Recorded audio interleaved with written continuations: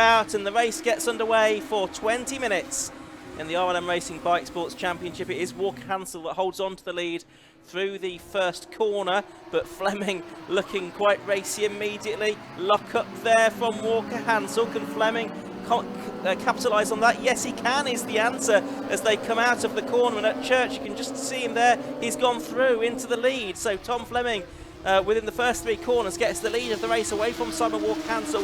Leon Morel is there in third position. Alistair Smart fourth. And Andrew Fido, number 12, in fifth place. They've all got through Church Corner this time, which they didn't manage to do in race number one. Yeah, they're absolutely together, those three. Be interested to see how Ash Hickling gets on, who got caught up in that incident in the first race. He had success last time out at Silverstone, but here they come, the three leaders, with Fleming ahead of championship equal leaders, Simon Walker Hansel and Leon Morel. They work their way through. Walker Hansel's won 4 times to 2 as they make their way through the caution. Walker Hansel slowing, so it's that's allowed Morel through. So this is a replication of the problem from earlier on today, which could be a real championship deciding day here at Anglesey for Simon Walker Hansel. That means Tom Fleming is 1.3 seconds ahead of the rest after just one lap. Certainly is. So Morel second, Walker Hansel third, Smart is fourth, Andrew Fido fifth, and Ash Hickling in sixth place in the car that was the only retirement, I think, from the first race. It turns out his car got stranded at Church Corner on the first lap. So the cars streak their way past the school building up towards Rocket 1 and Rocket 2. That's the battle of the first of these two, the Class A leaders, aren't they? Alistair Smart ahead of Andrew Fido, who got caught up in the incident earlier, but did set the fastest lap in Class A in race 1. So this field work their way through here. The earlier race, the lap times were a bit off, so it'll be interesting to see if we get closer to those lap records that have been set a few years ago now. But Fleming through ahead of Morel, who's the quicker of the two. It is Fleming on a 1:07.08. The fastest lap in the earlier race was a 1:06.2. And here Andrew Fido under pressure from Ash Hickling, who's there in sixth position in his SR3. And there's Walker Hansel slowing again out of the banking. So Alistair Smart swoops around the outside of him to go through. So for Walker Hansel, he needs to hold off Hickling, really, who is the next driver who can take points away from him. Yeah, that's right. So it's this intermittent issue, isn't it, for Walker Hansel that's causing him problems at particular parts of the circuit. He's losing a position there to Fido. That's sort of okay because it's not within the class. He's a Class A driver, is Fido. But now this is a deal if Ash Hickling gets through, which he might do there, and he does do there. So Ash Hickling in another Class B car gets ahead of Simon Walker Hansel, number 4, the man from Cleveland, losing another position, and now is in the clutches of the 117 car, isn't he? Of Miles Drew, who's going pretty well. Yes, he got caught up in that incident earlier on today, so it was less of a factor on that occasion. As Leon Morel just the best lap of the race, only at a tenth quicker than Fleming though. But for Walker Hansel then he's got Miles Drew, who could take points away from him. Then there's a bit more of a gap after that because Phil Knibb is another of the non-scoring drivers, and here's Radical SR3. Lead gap is 1.3 seconds then between Fleming and Morel as we climb uphill now in that battle for this fourth position between Andrew Fido and between Ash Hickling as they break now into Rocket and get through there safely. At this point of the lap, Walker Hansel hasn't lost so much more time and is still ahead of Miles Drew as we continue then on this fourth lap of the race. But for that Class A battle, Smart is pulling away here. Smart in the earlier race took his third win of the season within that class. He won his other races at Alton Park and Brands Hatch. Yes, and just wonder if maybe Fido's a bit distracted. He makes a mistake there, actually coming out of the final corner by having to try and keep Ash Hickling at bay, although they're not in the same class. Morel's improved the laps onto 1:06.48. The best lap in the earlier race was for Simon Walker Hansel, 1:06.28. The lap record, though, in this class of 1:04.83 within Class B. The Class A lap record of 103.90, set by Joe Stables, who was quick in the last meeting at Silverstone. Here's Smart then. So this is the Class A battle. Smart, number 73, and Fido, number 12, with Hicklin in Class B in the number 16 car there in 5th position. Simon Warcansel, number 4, in 6th spot as they turn their way through Peel now and then down towards the corkscrew. These are the two leaders then. We've got Fleming Morel separated by, well, just about a second at the start of the lap, but it's looking like it's a little bit less than that now. They come through the final corner. This is to complete lap number 5. Let's see what the gap is. It was 0.99 and just waiting for it to update itself. It's 0.44 as another new fastest lap for Leon Morello. 106.2 now just 100th slower than Simon Warcansel was in the earlier race. Tom Fleming in his second ever car meeting here this weekend. He raced in the Radical SR1 Cup at Alder Park last month. I should have known that, really. He's out there in the Valor Racing Radical, but runs a little wide through Church Corner there, but I don't think that really harmed him too much. So this will be, again, a jump up from the SR1. This will be a car with more power, more downforce as well, but he's keeping Leon Morel at bay for now. But it's been a very impressive weekend for Tom Fleming, but can he hang on here? This is a lot of pressure that Leon Morel is putting on him, and he looks up the inside. Morel knows he doesn't want to get involved in an incident because he doesn't gain any more points whether he finishes ahead of him or not, but he's only had once an overall win this year, which came at Brands Hatch, which was back in July, I think.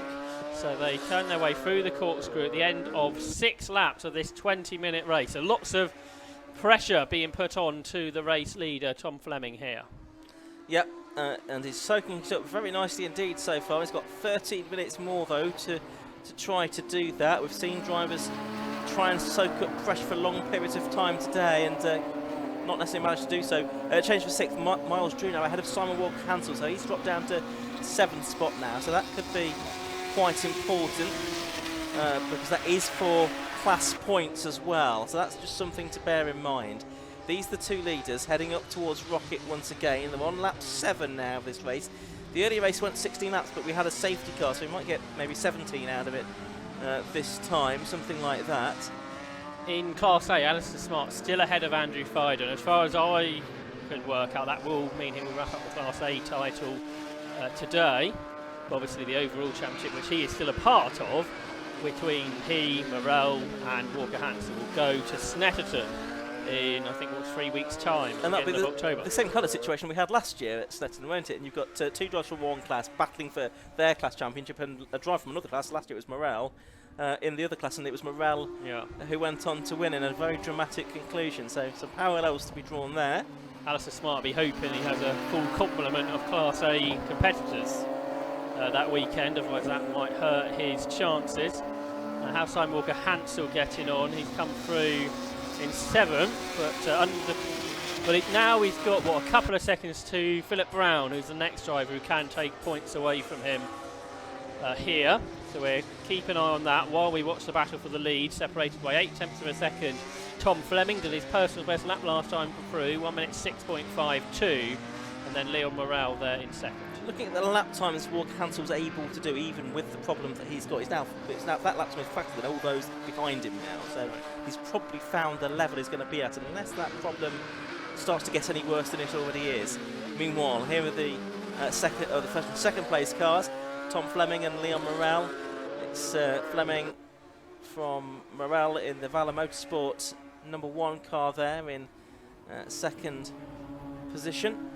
And then we've got Alistair Smart still there in 3rd. You can see him just going through shot now. And then it's Andrew Fido, number 12, with Ash Hicklin right behind him. So let's try and pick up on that battle, which is for 4th and 5th, heading towards the banking. The Ash Hicklin car with its multicoloured livery on the black background, a new livery he's sporting. Ash, who's been a regular competitor and indeed race winner at Mallory Park at Boxing Day race meetings. Possibly we'll see him there again this Boxing Day as well. Possibly taking another victory there in the sports car race, but we'll see. That's a few months away yet. And here he's trying to get 4th place overall away from Andrew Fido, who would rather quite like to keep that position, although this isn't for class points. it is still a matter of pride, isn't it, to stay ahead of your class, or you arrive from another class, in this case Hicklin, especially when you're in Class A, and theoretically that should be a little bit quicker than the Class B car that's chasing you down. Yeah, it's good to have this intermix between the two classes this year. It's been a very competitive season for Bikesports with 1, 2, 3, 4, 5, 6 different winners now. Thomas Fleming became the 6th different winner earlier on today. Simon Walker-Hansel's won 4, Joe Stables has won 3, and then 1 for Liam Morrell, Jack Lees, Richard Wise and Tom Fleming. Well, a driving standards flag out for number 92, that's Phil Knibb. He's running in 8th position and is 6th within Class B, but he's not one of the point-scoring drivers within that class. Walker-Hansel's losing places up at Church Corner. Phil Knibb has gone past, which doesn't matter for points because he's a non-scorer. But now that means Phil Brown's quite close to him, so this is out of short. Still getting very close up towards Rocket, and hopefully they can get through there without too many dramas. But Simon Walker-Hansel, the Earth World Championship leader, was losing places. Yeah, this is that continuing battle for 4th and 5th position between number 12 Andrew Fido and number 16 Ash Hicklin, dropping down through the Cooksview. Now that's a great shot, isn't it? Gives you a really good impression of the steepness of the drop there.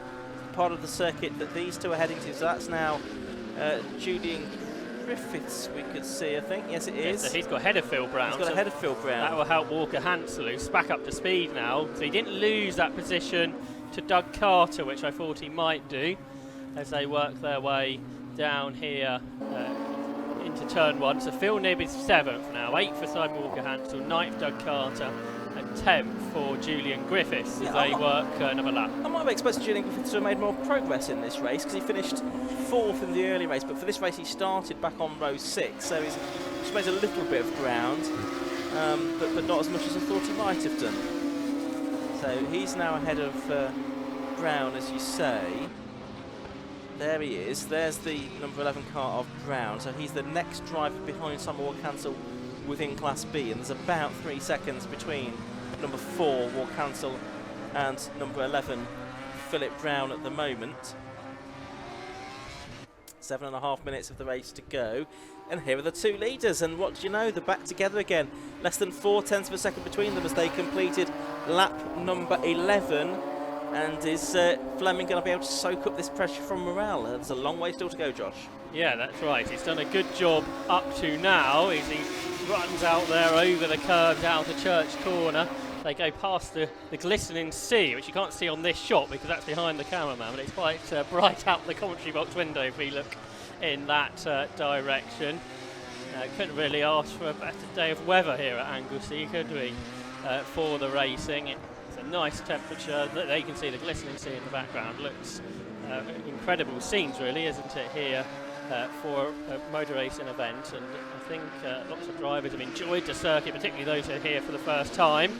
Leaders separated by about a car length as they turn their way through the corkscrew with still 6 or perhaps even 7 laps of this race to go.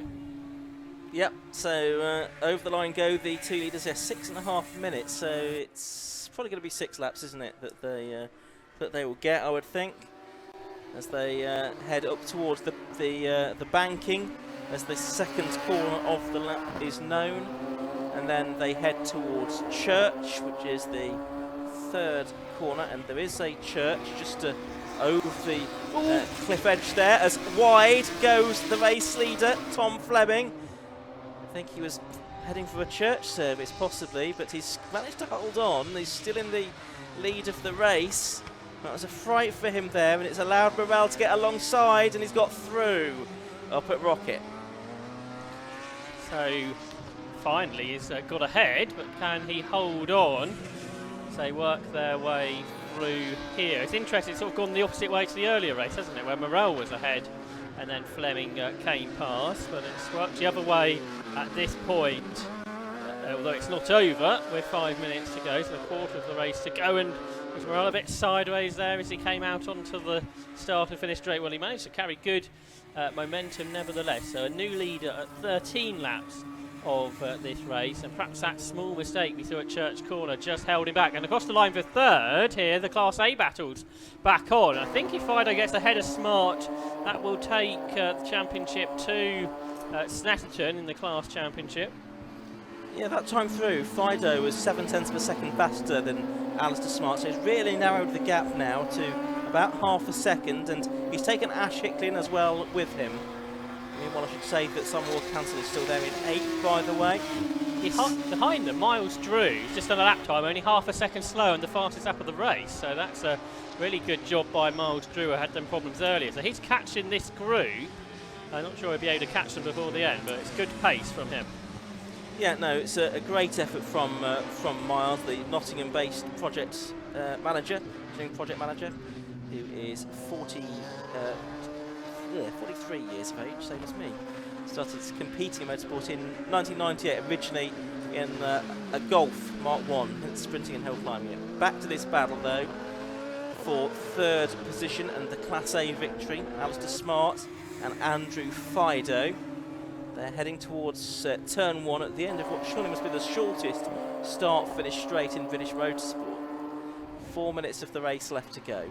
Through the right-hander at the banking, this gently banked right-hander, not as steep as it might be, but nevertheless an interesting feature of the circuit. Then through to this fast right-hander at Church, daunting corner, easy to make a mistake there, as Tom Fleming demonstrated only a couple of minutes ago, which ultimately cost him the lead up at Rocket. You can see the smaller car, the narrower car of Smart, the central seat driving position of the PR6 compared to the number 12 SR3 of Fido. It's a bigger car, more imposing car, similar car for Ash Hicklin just behind as well. Smart repelling the challenge at the moment. If anything, there might be an extra car length between himself now and Andrew Fido compared to what we saw on the previous lap.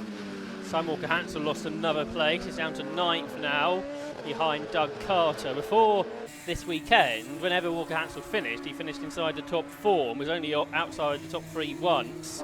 But that's all changed here this weekend at Anglesey with these fuel pump issues that he's not been able to get rid of. I guess importantly, he's been able to carry on though, which would have really, if that wasn't the case, that would have really been a problem for him. As this battle for third place for a class win continues out of Church Corner and uphill through School, and then the hard braking zone into Rocket, where Fido looks to the inside. He wasn't quite close enough though to make anything of that, but it was an attempt to get up alongside the class leader. Then Ash Hicklin behind them, 3 seconds back in 6th is Miles Drew, who was the best part of a second faster than them on that last lap, so he might catch them at the end, but I don't think he'll really have a chance to make any moves work. Down through the corkscrew we go with a couple of minutes left to go then, and it's not really no real signs of a change of position in this battle here, is there? It's probably going to rely on somebody to make a mistake, as it was in that lead battle between Morel and Fleming, and Morel now ahead by 1.8 seconds in the lead of this race. He'll be pleased to get an overall win. Always feels good to pass the checkered flag first, even though he scored maximum points in the earlier race. Here's the Class A battle though, and it's Alistair Smart, keen to pick up maximum points in Class A here.